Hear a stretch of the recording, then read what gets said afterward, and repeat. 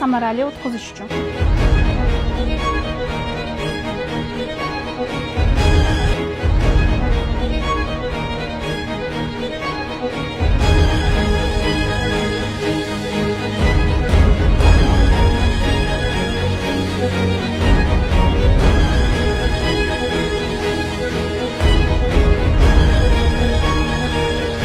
Bo'ladi, tushunmaydi, lekin kritika ham qilmaydi-da, uzoqroq turadi. O'zim uchun yozib oldim savollarni va buni oila a'zolarim bilan birgalikda yo'lga qo'yapman. Проанализировала и поняла то, что это все было во благо.